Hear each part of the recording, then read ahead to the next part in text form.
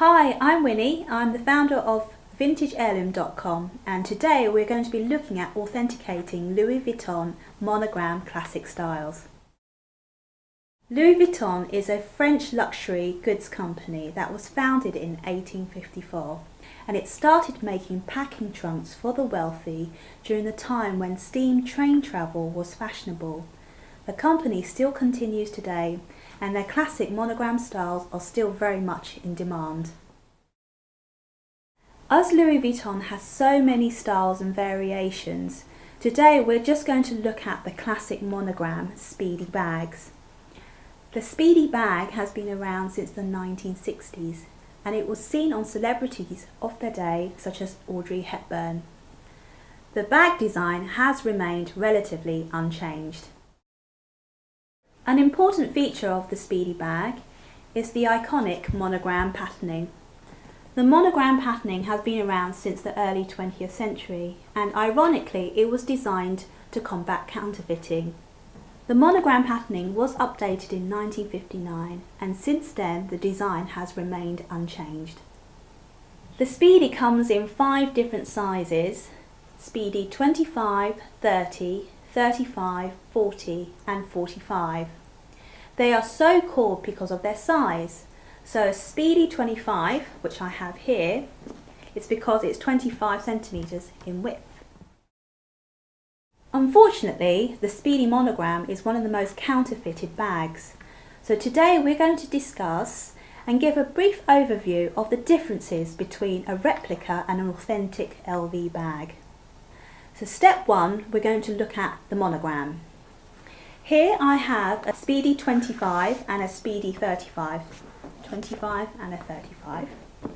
Now the monogram patterning should have irregular properties, and the patterning should start asymmetrically. The LV, the L should sit at the bottom with the V slightly above the L, followed by a fleur-de-lis style flower, a circle, fleur-de-lis and LV again, and a pattern should repeat. And going across the fleur-de-lis, it should be an inverse, circle, and etc. The bag patterning should also be symmetrical. So if one corner of the bag should start out with, let's say, half an inverse fleur-de-lis, if we follow the pattern all the way down,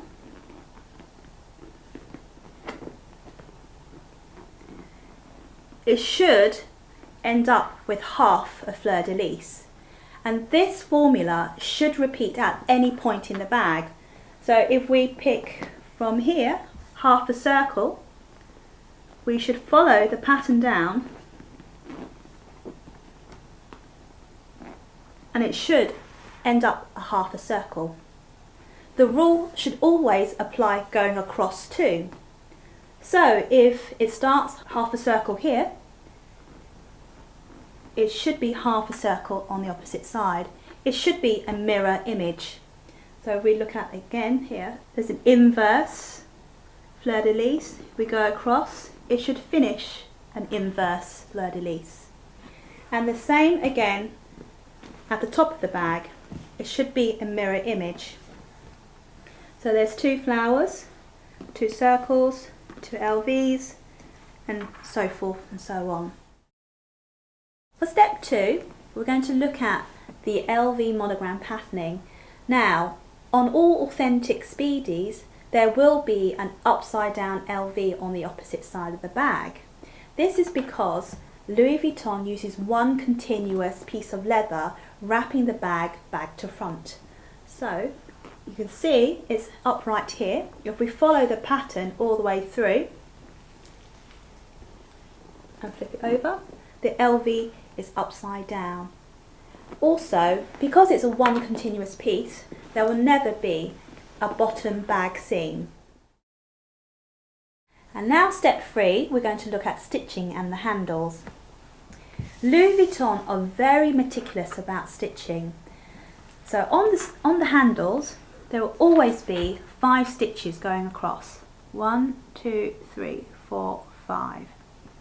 Authentic LV bags should always have a mustard yellow coloured stitching, whereas on replica bags there are often a bright yellow stitching. Now we're going to look at the handles. On authentic LV bags, the handles start out as a very pale beige leather, and over time with use, the colour should darken like this. This is because Louis Vuitton uses an oxidizing cowhide leather that turns darker over time. Another feature of the handles is the contrasting red trim. On authentic Louis Vuitton bags, they start out as a very burgundy red, and over time this darkens like so. You can just about see a bit of red coming through. On replica bags, the trim is often a bright lipstick red, and this never fades. Step 4. Now we're going to look at hardware. On authentic LV bags, the hardware is always brass plated. On my vintage sample here, as you can see, the brass has turned bronze over time, and you can tell this is authentic brassware because on the vintage styles there is kind of like a greenish hue around the rivets. This is because real brass oxidizes with the air over time. On replica versions, the hardware is just a metal base coloured in gold, and the gold is often a bright yellow gold. Step 5. Now we're going to look at the lining. Authentic Speedy bags should always have a brown canvas lining, like so. Step 6. Now we're going to look at date coding. Replica bags are now getting pretty good at the date stamping. However, the letters and numbers do mean something, and I think sometimes replica companies just put on any old numbers and letters. So we're going to look at how to decipher what the numbers and letters mean. To find the date coding in a Speedy, always check behind the pocket. So you lift up the pocket, and it's always on the back side of the handle. The indentation of the stamping should always be even, with the letters and numbers evenly spaced. I've noticed on replica versions sometimes the indentation is deeper than the other side, and the spacing is a lot closer. So what do the numbers mean? Pre-1980s, Louis Vuitton did not have an organised dating system. Most of the bags before this time simply had no date stamp code. The date stamping code was introduced in the 1980s onwards, using a combination of letters and numbers. The earliest example of date stamping was a 3-digit system. Now I have here an early 80s Kutch. I know it's not a Speedy, but I want to show you the early dating system. We have here 3 digits that says 841. The first 2 digits actually represent the year, so 8 and 4, that would be 84, 1984. And the last digit, 1, would be the month, which would mean it's January. So this bag dates back from January 1984. Towards the 1990s, the dating system has changed, now using a mixture of letters and numbers. Not only is the month and year is represented, but also the country of origin. Did you know that Louis Vuitton bags are not only produced in France, but also USA, Spain, Italy and Germany? You may wonder why. This is because by the 70s and 80s, Louis Vuitton could not meet up with demand and had to outsource their bags to other countries. So let's look at my vintage Speedies, and we can look at the date coding on these bags.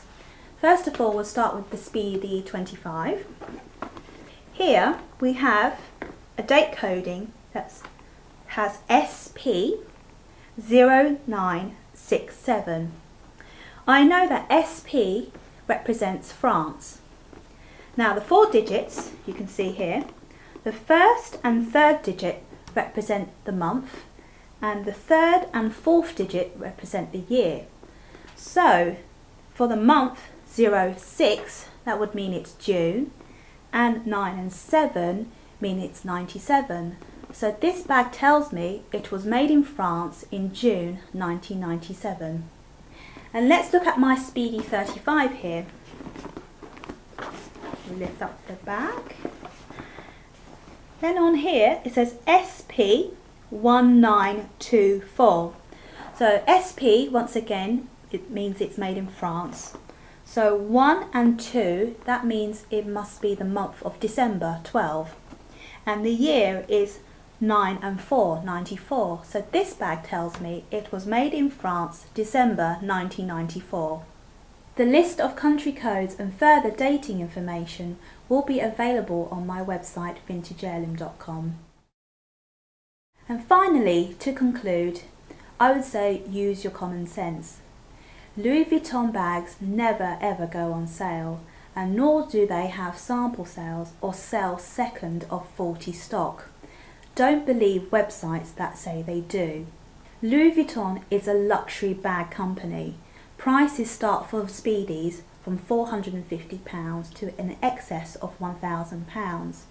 So websites that are claiming to sell brand new stock for less than $150 I would be very wary of. However, if you do buy a replica bag, you get what you pay for. The quality will not be the same as an authentic bag. It will not last as long. If you do choose to buy a vintage Louis Vuitton bag, check the seller's feedback and status. Ask if they have a refund or returns policy, and always ask plenty of questions. My name is Winnie and thank you for watching this video. These, along with other vintage Louis Vuitton styles, are available to purchase on my website vintageheirloom.com. I hope to see you again soon.